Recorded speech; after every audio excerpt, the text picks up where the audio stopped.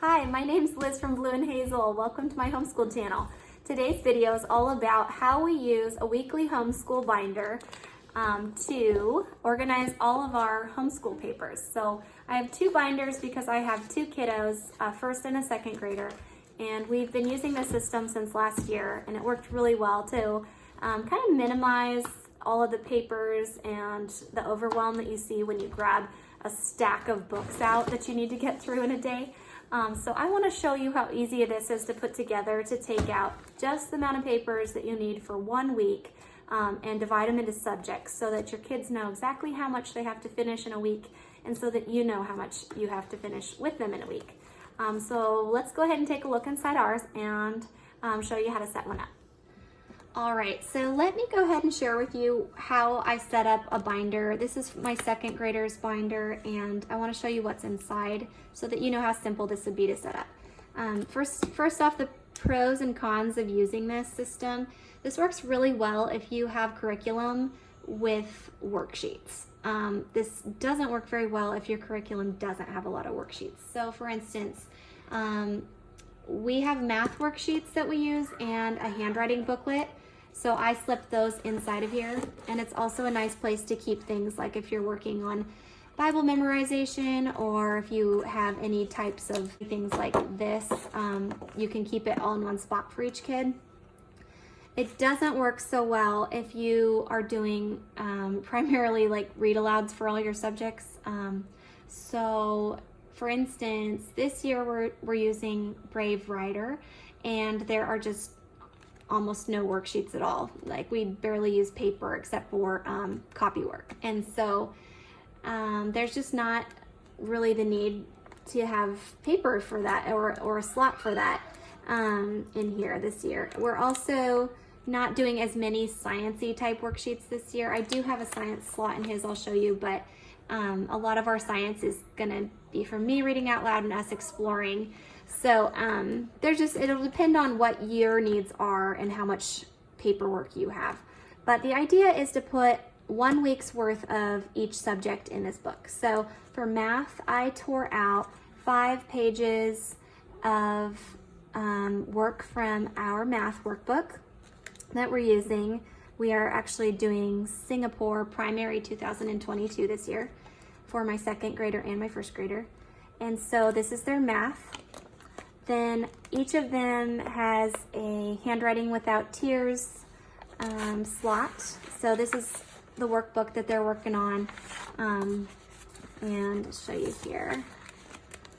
Just is like a workbook style thing and fits really well right into these. I can go ahead and link these in the description for you to the pocket folders.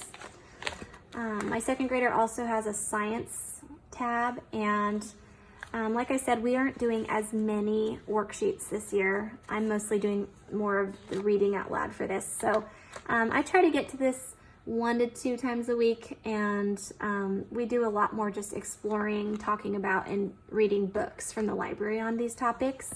And we kind of go off of exploring nature with children curriculum. So there's just not a lot that goes in here, if I'm honest, but it's there when we want it. And then I have a folder at the end of each of their binders called Done. This is where I put any of the work that they've finished for the week.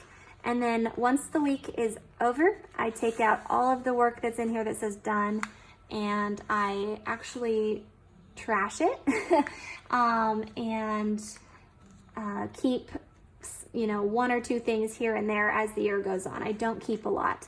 Last year, I actually went ahead and put all of the done work into a big giant binder, and I kind of went through it all at the end of the year. Like I just kept it all, and it was a ridiculous amount of paperwork, and I threw 95% of it away and then kept a few samples from the beginning and end of the year for just homeschool records. So I can also link how we do homeschool records in the description if you're interested. So yeah, this really is flexible with how you want to do that. And then Psalm 1, this is what we're working on as far as Bible memorization. So I just keep that in there. This is in my Etsy shop if you're interested. And you can tear this off for copywork or just go ahead and say it a million times till it's memorized. And then any printouts that you have, I just keep some random ones. This is a little unit study on money that I made. So yeah, you can keep anything that you decide to use for your kiddo in here. And then you can say when it's school time, hey, go grab your binder, and they'll come back with it. So hope that was helpful to you, and I'll just real quick show you flip through of what's in my first grader's binder. She has a calendar time laminated thing that we use, and we just stuck these on with Velcro stickies so she can quickly find them. Phone number, practice printable thing, an addition mat for practice. We have some number tracing in there for her.